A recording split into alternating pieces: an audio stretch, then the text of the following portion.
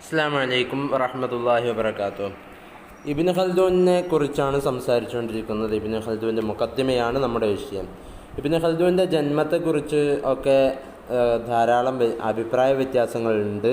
ഇബ്നു ഖൽദൂന് മുസ്ലിം ലോകത്ത് വേണ്ടത്ര സ്വീകാര്യത ലഭിച്ചിട്ടില്ല എന്നൊക്കെയാണ് നമ്മൾ അവസാനം പറഞ്ഞു വെച്ചത്. ഡോക്ടർ ത്വാഹ ഹുസൈൻ ने इब्न खल्दून पर मकाला लिखकर सोर्बन യൂണിവേഴ്സിറ്റി से डॉक्टरेट की डिग्री हासिल की थी. ഡോക്ടർ ത്വാഹ ഹുസൈൻ എന്നവർ ഇബ്നു ഖൽദൂനെ കുറിച്ച് എസ്സെ അല്ലെങ്കിൽ തിസീസ് തയ്യാറാക്കിയിട്ട് സോർബോൺ യൂണിവേഴ്സിറ്റിയിൽ നിന്ന് ഡോക്ടറേറ്റ് ഡിഗ്രി കരസ്ഥമാക്കിയിരുന്നു. ഉസ്കാ തർജമ ഉറുദു മേ ഹോ ചുക്കാ ഹെ. അതിൻ്റെ ഒരു വിവർത്തനം ഉറുദുവിൽ നടന്നിട്ടുണ്ട്. ഡോക്ടർ ത്വാഹ ഹുസൈൻ के इल्मी फजीलत और इख्तियार से इनकार मुहाल है. ഡോക്ടർ ത്വാഹ ഹുസൈൻ്റെ വൈജ്ഞാനികമായിട്ടുള്ള അദ്ദേഹത്തിൻ്റെ മികവ് അതിനെ എന്താകുന്നില്ല, ഒരിക്കലും എതിർക്കുന്നില്ല.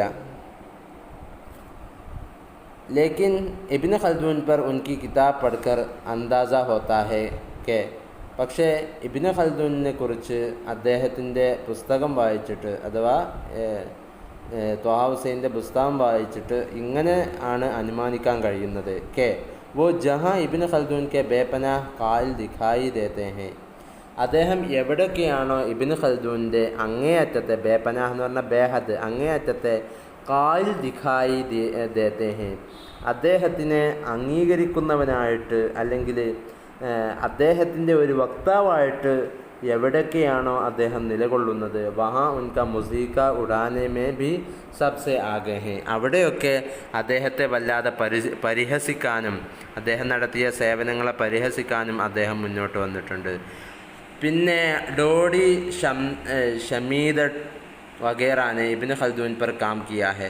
ഇവരും ഡോഡി ഷമീദട്ട് എന്നുള്ള റിസർച്ച് ഫെല്ലോസ് ഇവരും എന്തായിട്ടുണ്ട്, ഇബ്നു ഖൽദൂനെ കുറിച്ച് എഴുതിയിട്ടുണ്ട്. वो डॉक्टर ത്വാഹ ഹുസൈൻ के काम से कहीं ज़्यादा वाक़ई है. അത് ഡോക്ടർ ത്വാഹ ഹുസൈൻ്റെ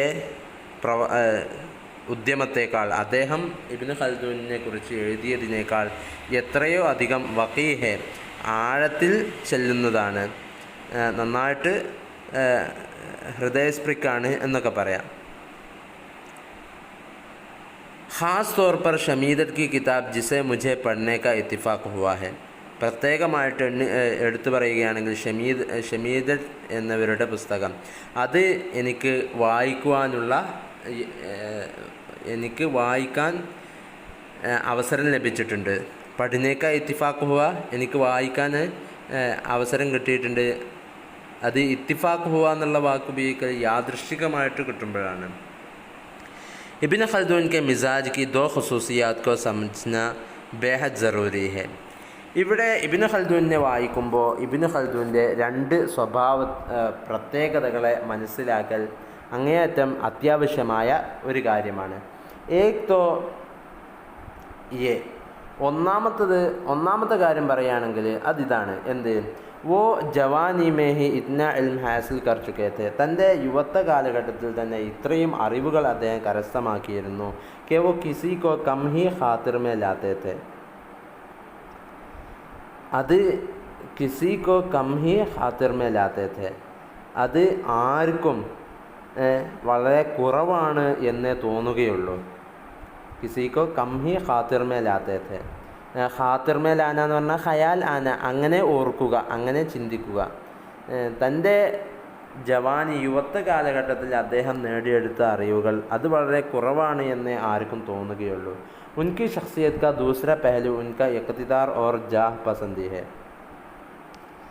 അദ്ദേഹത്തിൻ്റെ വ്യക്തിത്വത്തിൻ്റെ രണ്ടാമത്തെ ഒരു വശം എന്ന് പറഞ്ഞാൽ അദ്ദേഹത്തിൻ്റെ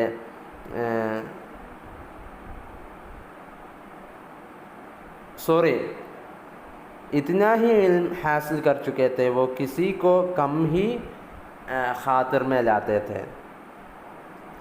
അത് ആർക്കും വളരെ കുറച്ച് മാത്രമേ ചിന്തിക്കാൻ പോലും സാധിക്കുകയുള്ളൂ. ആർക്കും വളരെ കുറച്ച് മാത്രമേ അത്തരത്തിലുള്ള വിഷയത്തിൽ ചിന്തിക്കുവാൻ പോലും അതിലേക്ക് ശ്രദ്ധ കൊടുക്കുവാൻ പോലും സാധിക്കുകയുള്ളൂ. അങ്ങനത്തെ വിഷയങ്ങൾ ആണ് അദ്ദേഹം അത്രയും തോനെ അറിവുകൾ കരസ്ഥമാക്കിയത്. ഇബ്നു ഖൽദൂൻ അത്രയും അധികം അറിവുകൾ കരസ്ഥമാക്കിയത്. പിന്നെ അപ്പോൾ അദ്ദേഹം ആർക്കും ഇഷ്ടപ്പെടാത്ത, ആരും തിരിഞ്ഞു നോക്കാത്ത, അത്ര അധികം ആരും ഇൻട്രസ്റ്റ് ആകാത്ത പല വിഷയങ്ങളിലാണ് അദ്ദേഹം വായിച്ചെടുത്തത്, അറിവ് നേടിയത് എന്ന് നമുക്ക് മനസ്സിലാക്കാം. ഉൻകി ഷഖ്സിയത്ത് കാ ദൂസര പെഹലു, അദ്ദേഹത്തിൻ്റെ വ്യക്തിത്വത്തിൻ്റെ രണ്ടാമത്തെ ഒരു വശം എന്ന് പറഞ്ഞാൽ ഉൻകി ഇഖ്തിദാർ ഓർ ജാഹ് പസന്ദി ഹെ, അദ്ദേഹത്തിന് അധികാരത്തിനോടും സ്ഥാനത്തോടുള്ള അതിയായ ആഗ്രഹമാണ്.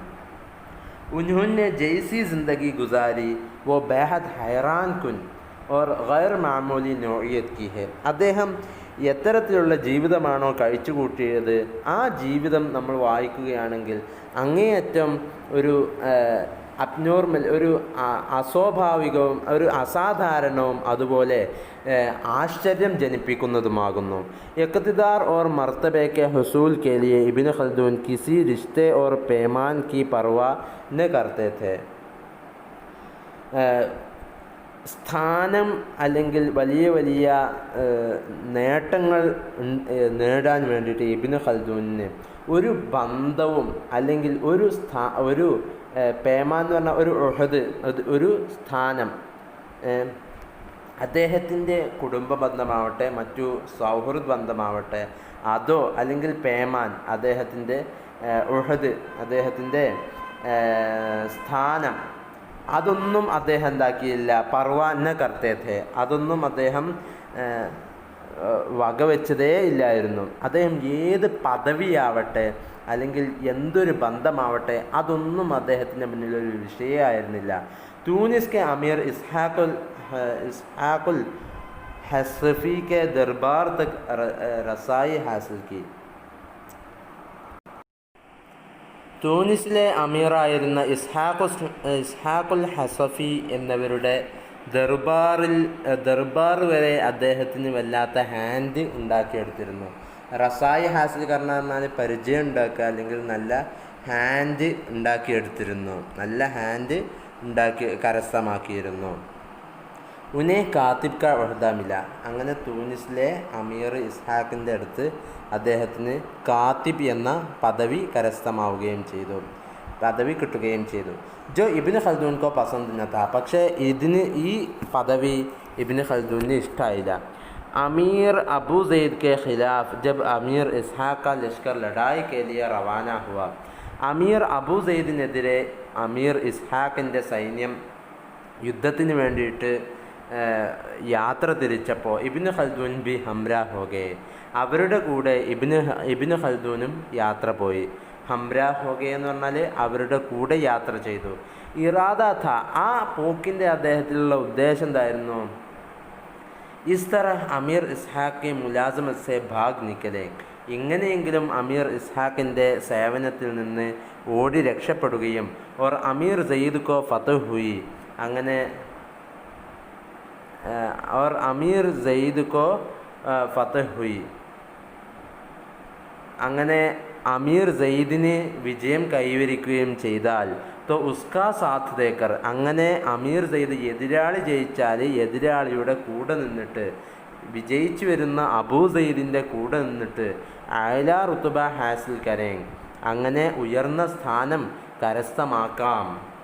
അപ്പോൾ ഇപ്പുറത്ത് നിന്നിട്ട്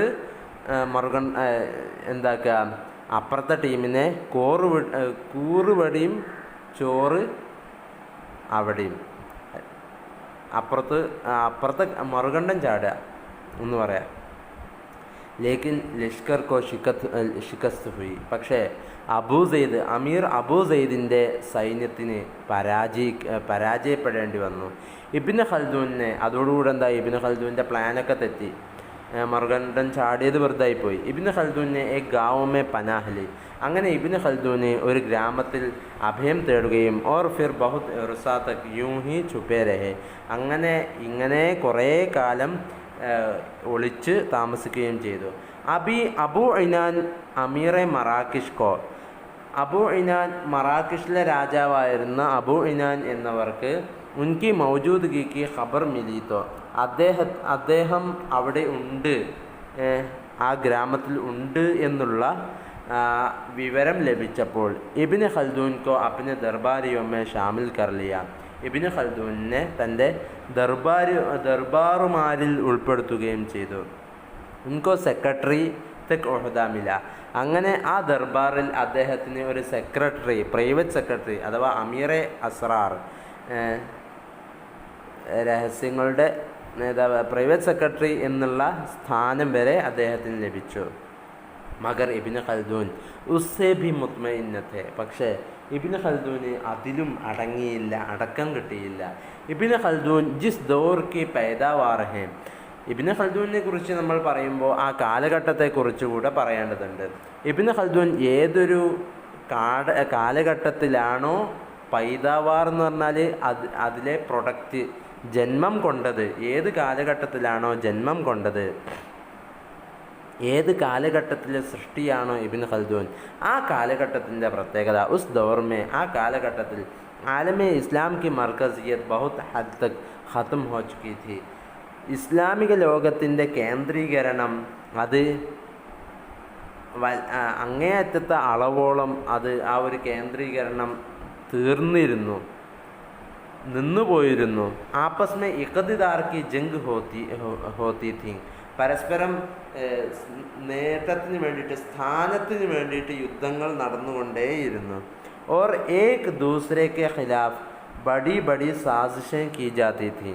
അങ്ങനെ ഒരാൾ മറ്റൊരാൾക്കെതിരെ വലിയ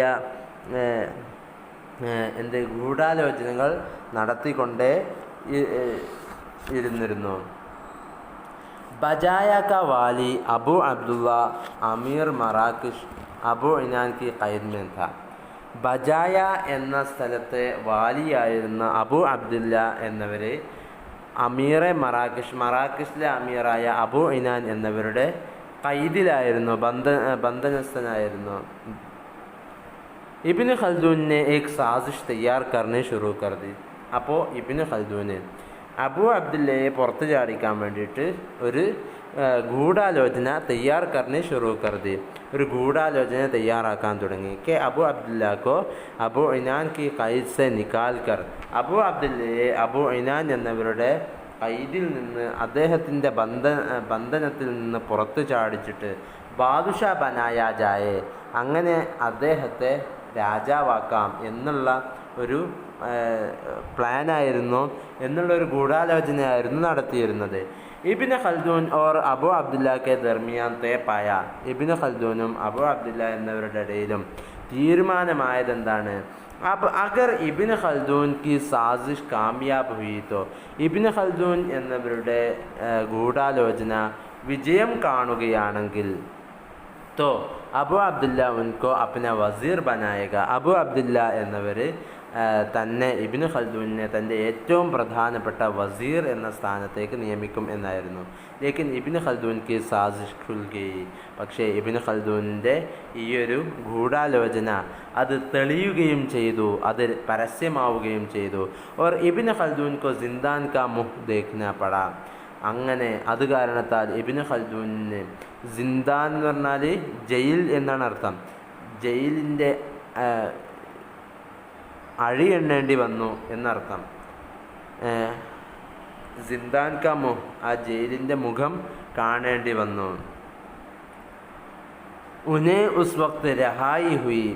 അദ്ദേഹത്തിന് എന്നിട്ട് ഈ സമയത്താണ് പിന്നീട് അദ്ദേഹത്തിന് സ്വാതന്ത്ര്യം ലഭിച്ചത്. ജബ് അബു ഇനാൻ ക ഇന്തിഖാൽ ഹോ ഗയ.